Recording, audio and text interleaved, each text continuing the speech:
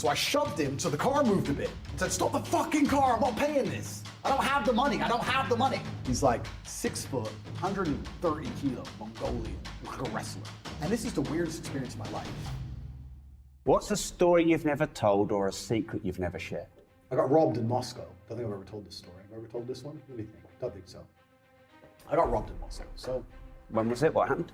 And I like Russia, and I like Russians, but it was the first time I went to Moscow. 3 years ago, 4 years ago. So, do I tell this story? Yeah. Everything starts with women, doesn't it? Man, there's such an attack vector. So I'm talking to this chick on Instagram. Blah, blah, blah. I'm ignoring her. She keeps messaging me all the time. Come Russia, come Russia, come Russia. I'm like, no, I'm not coming to Russia. I think so. Then like 7 other baddies from Russia start messaging me, and everyone wants me to go to Russia. Like, why do all these hot girls want me to go to Russia? Why everyone wants me to go to Russia? This sounds like a setup. Something right, but I'm glad I can go to Russia. I can't get a visa anyways, too much work. Then the football game came. There was some football thing. I think it was a FIFA, I don't know, football, Euro game, something. It was in Moscow. And if you bought a ticket, you instantly got a visa to go to Russia. So I was like, this is the easiest the visa's ever gonna be.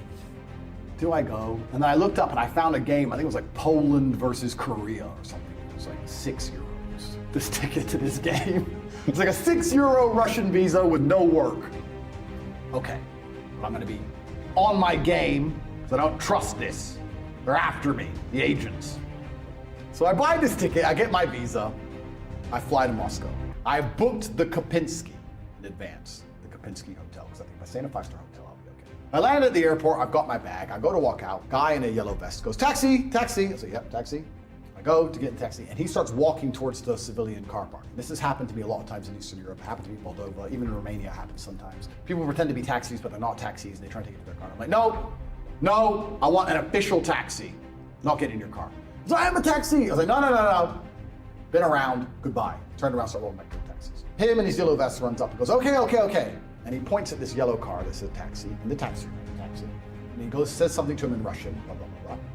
He goes, okay, here, taxi, sir, taxi. Guy gets out, the taxi driver. Taxi driver gets out. He's like 6 foot, 130 kilo, Mongolian, like a wrestler.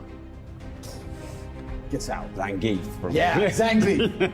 Zangief gets out. And because this is how my mind works, I look at him up and down and go, could I take him? Messy. All right, messy. So he gets out, he opens the trunk, ushers me to my bag in the trunk, get in the back of the car. The car starts driving down the right way in Russia. And he has his phone as the meter, which is the first suspicious thing. And his phone is up there, and this number, Russian rubles, is going through the fucking roof. I'm like, how much is the Russian ruble? I don't even know. So I get my phone out, and I turn on the data, and I get my text message. Hi, data is 25 pounds a megabyte. Whatever. How much is the Russian ruble? And I worked out that I've been in this car for 4 minutes, and I owe $600 in taxi. So there's no way that's the taxi fare. So we're driving down the highway at speed, and I'm like, brother, this is fake. This is a scam, bro. And this is the weirdest experience of my life. He totally ignored me. Well, what can you do? He's driving the car. And people don't ignore me when I talk. So this big man's driving the car, and I've tapped him on the shoulder saying, you're trying to rob me. I was like, bro, you're trying to rob me, stop the car. And he's just like, just totally ignoring me, driving the car. So I'm like, what? I don't want to hit him, but I guess I kind of had to. So I shoved him so the car moved a bit. And said, stop the fucking car, I'm not paying this. I don't have the money, Bro. I've been around long enough. I know a killer when I see him. And he turned around and looked me dead in the eye. This man's killed someone, I swear.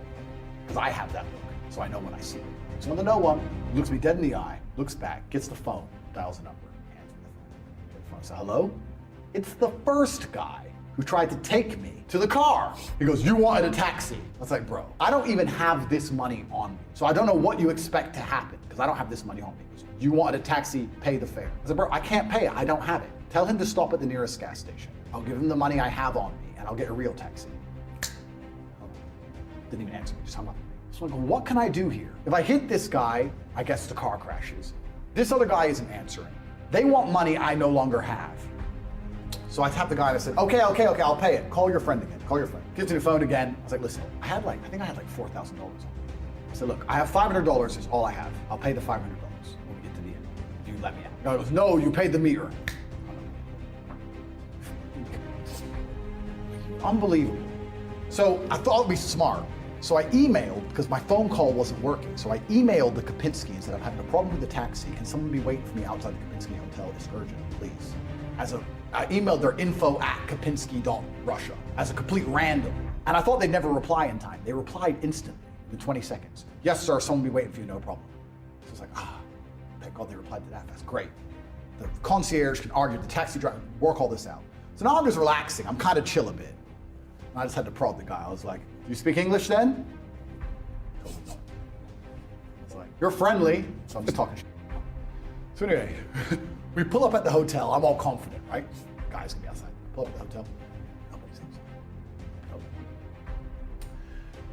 No concierge, nothing. So I said to the guy, I go to get out the car. I get out the car. Guy then gets out the car, comes, and he stands face to face with me like a boxing stare off. He shows me the phone, how much I owe.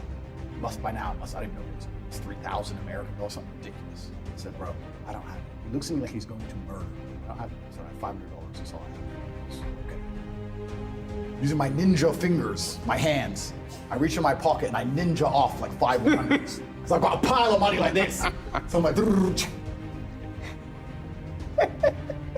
I give it to him, and then takes the money, and I'm standing at the back of the car, waiting for him to open the trunk. Gets in the car and starts driving down the road. I'm like, bro, my bag. He stops like 5 meters later and goes, the rest of the money. Knew. They set me up when I put my bag in the trunk at the beginning. And my bag's got my laptop, all my clothes, everything, which is worth thousands and thousands of dollars. Now, if you ever get in a taxi, don't put your bag in the boot. It's a setup. I was like, call your friend. So he calls his friend. I said, listen, I've already given him $500. It's very clever what you did with the bag. Saying, the guy from the Kopinski is about to come out now. I can't give you more than this. We have to come up to something sensible. Said, I can go to a cash point and try and get some more money, but I need my bag. And he goes, okay, 500 more. I said, fine. I don't know. Instantly peeled off 500 and brought it to a cash point. And then the guy gets back out the car, and me and him have a Mexican standoff at the back of the car. He opens up the boot. He grabs my bag, I've got the money, and we kind of swap them.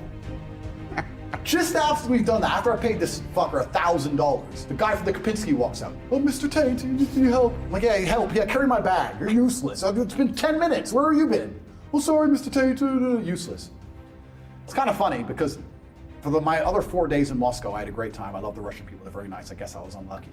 But every time I left the hotel, there was like a row of taxis, and they all looked like this guy. And they'd all stare at me. And I thought, I'm so glad I paid him, because I guarantee if I got in a fight with that guy, I'd be dead by now. They're just waiting outside the Kopinski, these dudes.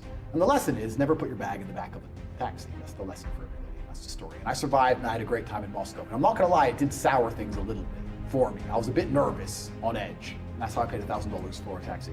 Turns out the official rate, which I found out on the way back to the airport, which was booked from the hotel, I think it was like $6.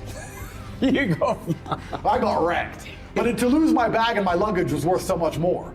Well, and surely the $1,000, the lesson was worth more than the $1,000. Yeah, I mean, I like to look in the eyes of killers. There's not many people like that around anymore in the West. So you kind of enjoyed it in a way.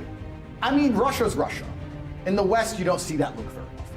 But it was a stark reminder of the realities of this world, because the realities of the world always boil down to violence. Mm. And I understand that very well. And sometimes you get a little bit comfortable. There are people who walk around through Earth. They're walking around. I can look outside right now. There's people walking around and they don't understand that every single thing they rely on and everything they love is backed by violence. It always has been. It always will be. The whole underpinning of a civilized society is violence. The only reason we don't need violence is because there's a threat of violence. And you can nail it down to any law and regulation. As simple as a parking ticket. If you don't pay your parking ticket, they'll give you a fine. Pay the fine. They'll take you to court. You don't go to court. They'll take your house. If you don't give them your house, police will come and keep the shit. It ends in violence in all things. And it was a good reminder to understand that making a mistake, putting my bag in the back of a car, in the boot, as opposed to keeping it on me, brought me this close to a physical confrontation with probably a Mongolian wrestling champion in the middle of a street in Moscow by myself. And it's a good reminder that violence is always so close. It's only a few steps away at all times. And the reminder that if you have enough money, you can buy yourself out of death. Well, yeah. Because if you hadn't had 5,000 or been rich, I would have been in a lot of trouble, you could have been dead. I think so. And it was good also to see that I felt nerves, but they were the same nerves I felt before I fall. I didn't feel fear, which was a good reminder as well to know that I'm still not afraid. I get nerves because the nerves sharpen me. I don't feel fear, which was a good thing.